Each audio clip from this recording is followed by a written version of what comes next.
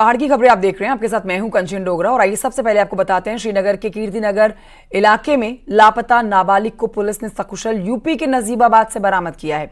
साथ ही पुलिस ने 3 आरोपियों को भी गिरफ्तार किया है। पुलिस ने आज 3 आरोपियों को गिरफ्तार किया है। उनके नाम जान लीजिए। सलमान, शान मलिक और राकेश भट्ट, इन तीनों को गिरफ्तार कर लिया गया है। कोर्ट में इनको पेश किया जा रहा है। मामले में एक और आरोपी का नाम सामने आया है, जिसकी गिरफ्तारी पुलिस फिलहाल कर रही है, ढूंढ रही है, उसकी जांच पड़ताल की जा रही है। कल नाबालिग लड़की के गायब होने के बाद धर्मांतरण के लिए उकसाने का उस पर आरोप लगा था। कीर्तिनगर के लोगों ने जमकर हंगामा किया था। गुस्साए लोगों ने पहले तो कीर्तिनगर कोतवाली का घेराव किया, फिर बाजार में विशेष समुदाय के लोगों की दुकानों में तोड़फोड़ भी की गई।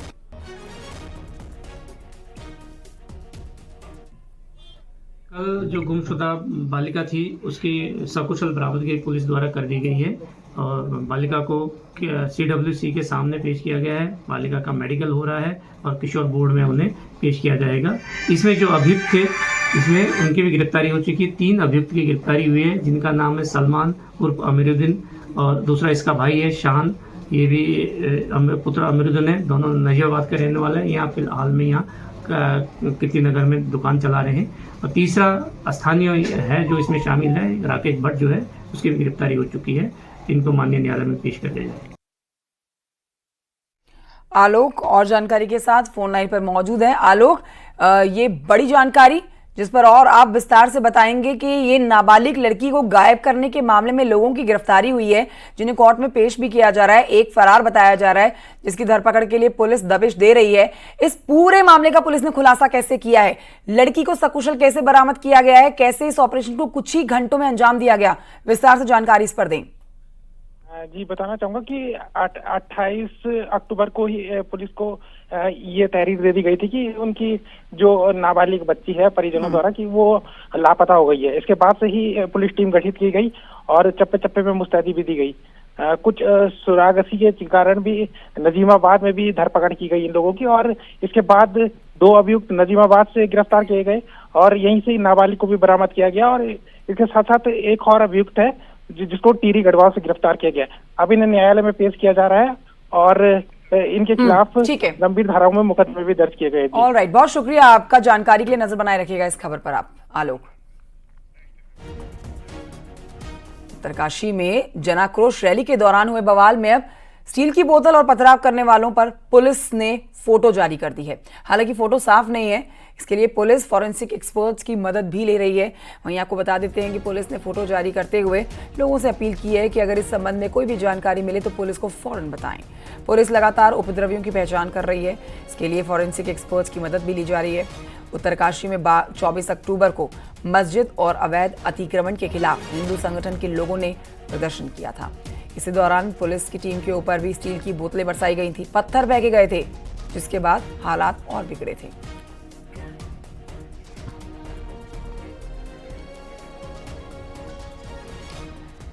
और ये बढ़ते हैं आगे। बागेश्वर की खबर आपको बताते हैं, जहां पर एक नशेड़ी ने झगड़े के बाद पड़ोसी के घर पर आग लगा दी। 11 लोग गंभीर रूप से झुलस गए। इलाज के लिए इन्हें अस्पताल में भर्ती कराया गया है। अस्पताल के डॉक्टर ने बताया कि 5 लोगों की हालत नाजुक है। लोगों का आरोप है कि नशे की हालत में आरोपी ने पहले पड़ोसी से मारपीट की, फिर उसके घर में गैस सिलेंडर का रेगुलेटर खोलकर आग लगा दी। आरोपी के साथ कुल 11 लोग झुलसे, 5 की हालत गंभीर।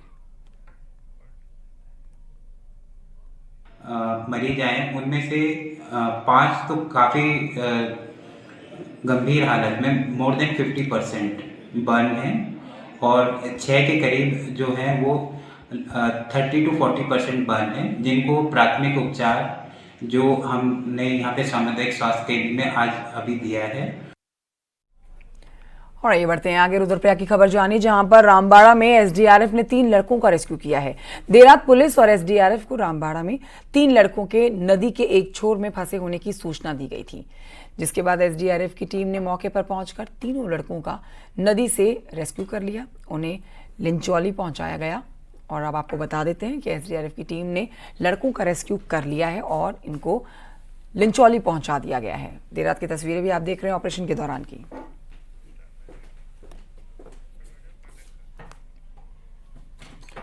और आइए बढ़ते हैं आगे। आपको बताते हैं रुद्रप्रयाग में मैक्स गहरी खाई में गिर गई। हादसे में ड्राइवर की मौके पर मौत हो गई। फड़किया के पास में बेकाबू मैक्स खाई में जा गिरी है। प्रशासन की टीम ने ड्राइवर को, उसके शव को खाई से बाहर भी निकाल लिया है।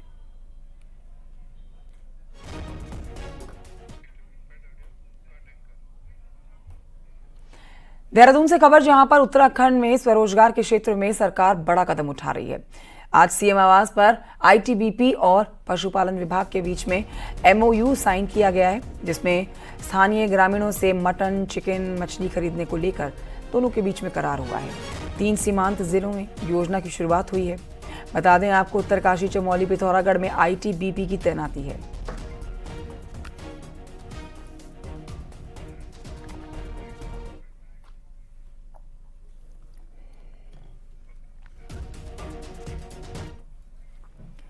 उत्तराखंड में वक्फ बोर्ड की हजारों करोड़ों रुपए की मूल्य की बेशकीमती जमीनों को खुर्द-बुर्द किया जा चुका है। अभी भी कई बेशकीमती जमीनों पर भूमाफियाओं की नजर लगी हुई है। उत्तराखंड वक्फ बोर्ड के चेयरमैन शादाब शम्स ने इन जमीनों की सीबीआई जांच की मांग की है।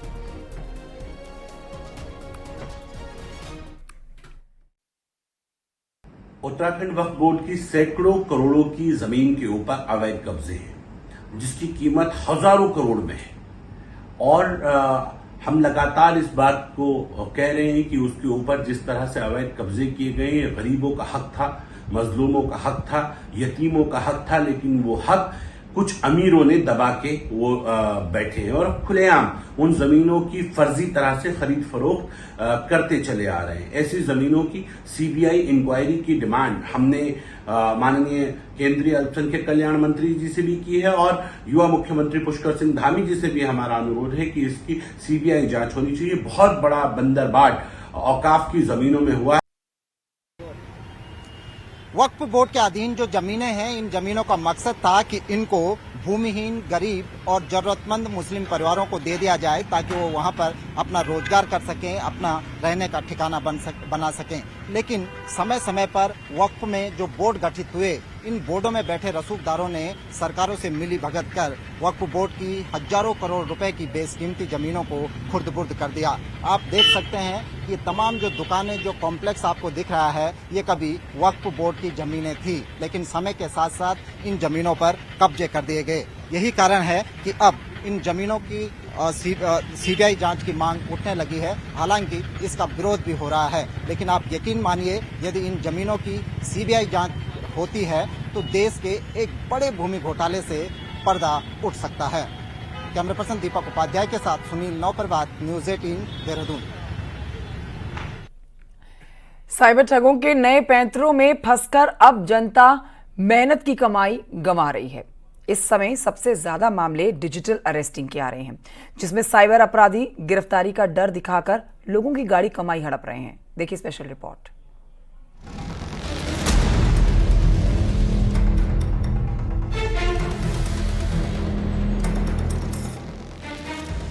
इन दिनों डिजिटल अरेस्टिंग के नाम पर लोग ठगी का शिकार बन रहे हैं। आलम यह है कि साइबर अपराधियों ने बीते 6 महीनों में ही उत्तराखंड के 63 से ज्यादा लोगों के साथ 30 करोड़ रुपए की ठगी की है, जिनमें सबसे ज्यादा देहरादून के 40 लोग शामिल हैं, जो साइबर ठगी का शिकार हुए हैं। डिजिटल अरेस्टिंग के 63 मामले दर्ज। साइबर ठगों ने 30 करोड़ 50 लाख रुपए ठगे। देहरादून में 40 लोगों के साथ हुई ठगी। अभी तक 7 आरोपी हुए अरेस्ट। अब इसमें अमूमन क्या होता है कि कोई भी विक्टिम जो होता है उसको कहा जाता है कि आपको बोलेंगे कि कोई व्हाट्सएप पे आपको संपर्क करेगा और बोलेगा कि आपके खिलाफ कोई एविडेंसेस आए हैं, कोई पार्सल पकड़ा गया है, और उसके बाद वो पैसे की मांग करता है और जिस क्रम में आदमी को कहा जाता है कि आपको डिजिटली अरेस्ट किया गया है, जब तक आप इतना पेमेंट या भुगतान नहीं करोगे तब तक आप इस रूम से या इस कैमरे के सामने से नहीं जा सकते। दरअसल डिजिटल अरेस्टिंग मामलों में साइबर ठग गिरफ्तारी का डर दिखाकर सामने वाले को घर में ही रहने को मजबूर करते हैं। अपने वीडियो कॉल के बैकग्राउंड को किसी पुलिस स्टेशन की तरह बना लेते हैं। वीडियो कॉल करने वाले लोग भी पुलिस की वर्दी में ही होते हैं। इसके बाद वो झूठे आरोप लगाते हैं और जमानत की बातें कहकर पैसे ठग लेते हैं। अपराधी इस दौरान पीड़ित को वीडियो कॉल से हटने भी नहीं देते हैं और न ही किसी को कॉल करने देते हैं। जिस क्रम में आदमी की मानसिक जो कह सकते हैं, जो उसकी कह सकते हैं मनोदशा होती है, जिसमें इतना ज्यादा प्रभावित हो जाता है कि वो लाखों से करोड़ों रुपए देने लग जाता है, और बाद में जब ये पैसा दे चुका होता है और जब वो किसी और व्यक्ति से पूछता है, तब उसे समझ में आता है कि ये जो डिजिटल अरेस्ट वाला स्कैम है वो उसी का शिकार हो गया है। तो जिस क्रम में लगातार हमारी जो साइबर पुलिस है, लगातार हम लोग जो काम कर रहे हैं, उसमें काफी लोगों के पैसे भी हमने बचाए इस स्कैम में। बट हमारा सबसे जनता से यही अपील है कि आप ज्यादा से ज्यादा इसमें जागरूकता फैलाएं। डिजिटल अरेस्टिंग से पूरा देश आज त्रस्त है और इसका जिक्र पीएम मोदी भी कर चुके हैं। लेकिन इस अपराध से निपटने के लिए सावधानी ही बचाव है। अगर आपको डराने या धमकाने का कोई ऐसा कॉल आता है तो तुरंत पुलिस को सूचना दें और ऐसे में कभी दबाव में न आए। न्यूज़ 18 के लिए देहरादून से सत्येंद्र बर्तवाल की रिपोर्ट। कोटद्वार में लोगों ने जशोधरपुर इंडस्ट्रियल एरिया में मौजूद सरिया बनाने वाली फैक्ट्रियों के खिलाफ प्रदर्शन किया। लोगों का कहना है कि फैक्ट्री से निकलने वाले धुएं की वजह से उनकी और उनके बच्चों की तबीयत खराब हो रही है। लोगों का आरोप है कि फैक्ट्रियों में चिमनी का इस्तेमाल नहीं किए जाने से इलाके में प्रदूषण फैल रहा है। धुएं से परेशान स्थानीय महिलाओं ने प्रदर्शन करके अपना आक्रोश जताया। लोगों ने स्थानीय प्रशासन और पॉल्यूशन कंट्रोल बोर्ड से फैक्ट्रियों की जांच की मांग की है।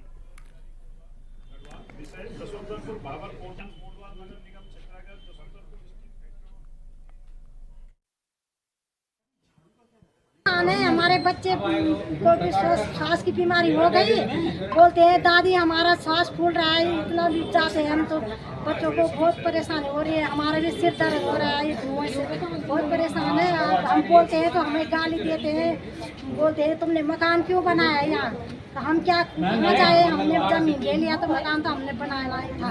तो अगर ये चिमनी का प्रयोग नहीं करते हैं, धुआं नियंत्रण जो वो रहता है यहाँ पे इंस्ट्रूमेंट होता है वो नहीं लगाते हैं एसडीएम। मेरी बात एसडीएम सर से हुई थी, उन्होंने बोला था कि हम लोग वहाँ पे अपनी टीम भेजेंगे, लेकिन अभी तक वहाँ पे कोई टीम नहीं आई है। 1 हफ्ता 10 दिन होने को आया है लेकिन कोई टीम नहीं आई है। और आइए आगे बढ़ते आपको बताते हैं कि दीपावली की तारीख को लेकर उत्तराखंड में कंफ्यूजन बरकरार है। देहरादून में पंडित और ज्योतिष के जानकार 31 अक्टूबर को ही दीपावली मनाने की बात कह रहे हैं। शास्त्री आर.के. नौटियाल के मुताबिक 31 अक्टूबर की शाम और रात में अमावस्या तिथि है, जिसमें लक्ष्मी पूजन के साथ साथ तंत्र पूजा भी की जा सकती है। इसलिए 31 अक्टूबर को ही दिवाली मनाना शुभ रहेगा।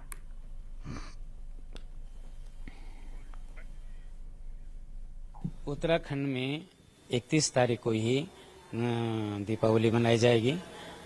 ये तो भ्रम तो है ही है सब लोगों के पंचांगकर्ताओं के अनुसार, और पंचांगकर्ता भी क्या करें, उनके तो ग्रह नक्षत्र की चाल के अनुसार ही वह गणना करते हैं। लेकिन अमावस्या जो है 31 तारीख को ही संपूर्ण रूप से हमको मिल रही है, और जो पहली तारीख को है उस दिन अमावस्या है, लेकिन केवल 1 घंटा कुछ मिनट प्रत्येक प्रदोष काल से युक्त है। तो विशेष करके संपूर्ण अमावस्या में ही माँ लक्ष्मी का पूजन किया जाएगा। वहीं बद्रीनाथ के धर्म अधिकारी भुवन चंद्र उनियाल के मुताबिक दीपावली 1 नवंबर को मनाई जाएगी, क्योंकि 1 तारीख को शाम 6:17 तक अमावस्या है। इसलिए 31 अक्टूबर को छोटी और 1 नवंबर को बड़ी दिवाली मनाई जाएगी।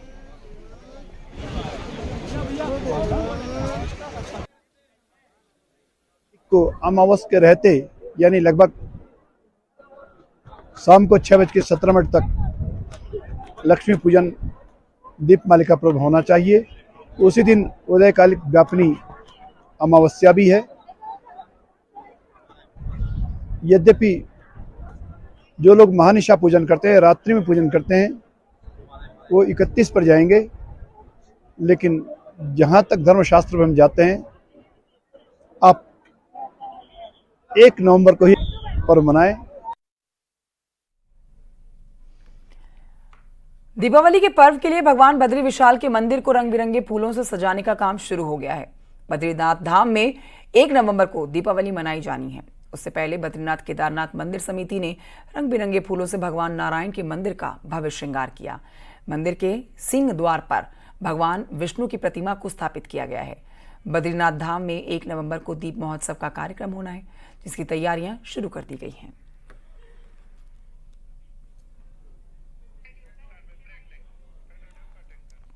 बताते हैं कि आज छोटी दिवाली के दिन बाजारों में भारी भीड़ उमड़ रही है। तस्वीरें आपको दिखा रहे हैं ऋषिकेश के बाजार की, जहां आप देखिए रौनक देखते ही बनती है।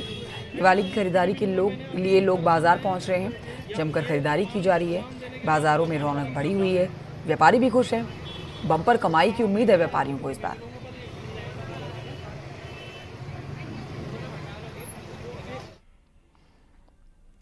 दीपावली पर दूसरे शहरों में काम करने वाले लोग अपने घर को लौट रहे हैं। ऐसे में हरिद्वार रोडवेज बस अड्डे पर भी लोगों की भारी भीड़ जुटी हुई है। परिवहन निगम की ओर से इसको लेकर खास इंतजाम किए गए हैं। ज्यादा से ज्यादा लोगों को घरों तक पहुंचाने के लिए बसों के फेरे बढ़ा दिए गए हैं। साथ ही जरूरत पड़ने पर अतिरिक्त बसें भी लगाई जाएंगी। उत्तराखंड परिवहन निगम ने जो है विशेष रूप से व्यवस्था की है। ऐसे यात्रियों को सुगम सुविधा उपलब्ध कराने हेतु जो है चालक परिचालकों के अवकाश प्रतिबंधित किए हैं और जो बसें हमारी ऑफ रोड थी सभी को ऑन रोड किया गया है ताकि यात्रियों को किसी प्रकार की कोई परेशानी न हो।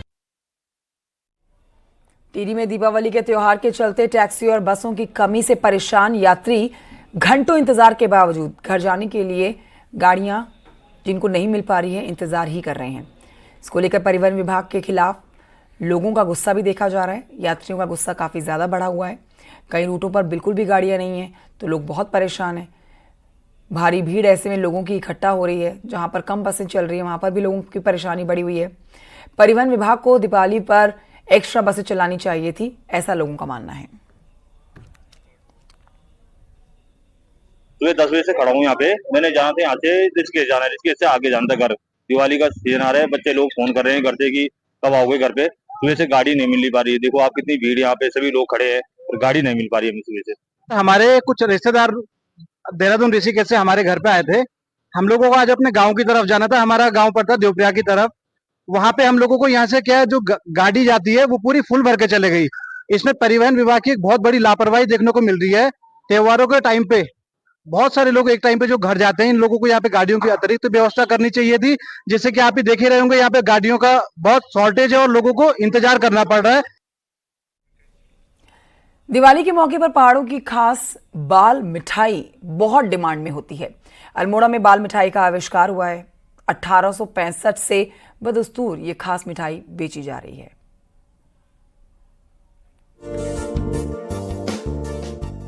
अल्मोड़ा आने वाले पर्यटक यहाँ की बाल मिठाई, सिंगोड़ी और चॉकलेट ले जाते हैं। साल 1865 में लाला बाजार के शाह परिवार ने मिठाई का आविष्कार किया।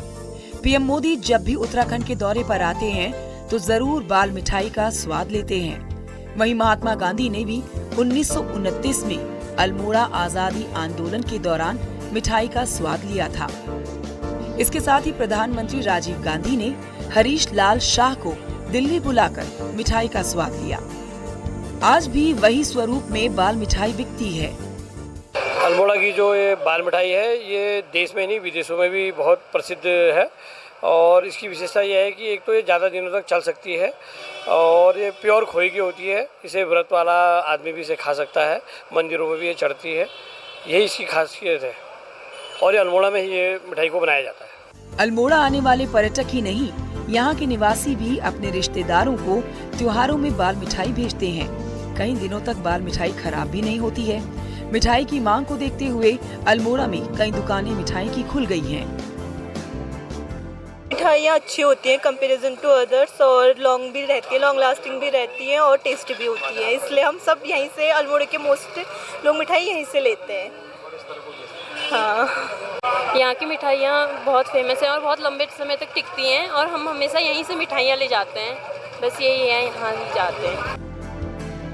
बाल मिठाई, सिंगोड़ी और चॉकलेट का जिक्र आते ही लोगों को अल्मोड़ा की याद आ जाती है, जहां से बाल मिठाई, सिंगोड़ी का आविष्कार हुआ है। आज भी कुछ पुरानी दुकानों में 5वीं पीढ़ी मिठाई की बिक्री कर रही है। न्यूज़ 18 के लिए अल्मोड़ा से किशन जोशी की रिपोर्ट। ऋषिकेश में दिवाली को लेकर फूलों की डिमांड बढ़ गई है। घरों की सजावट और लक्ष्मी पूजा के लिए फूलों की मांग बढ़ी हुई है। फूलों की मांग बढ़ने से फूलों की खेती करने वाले किसान खुश हैं।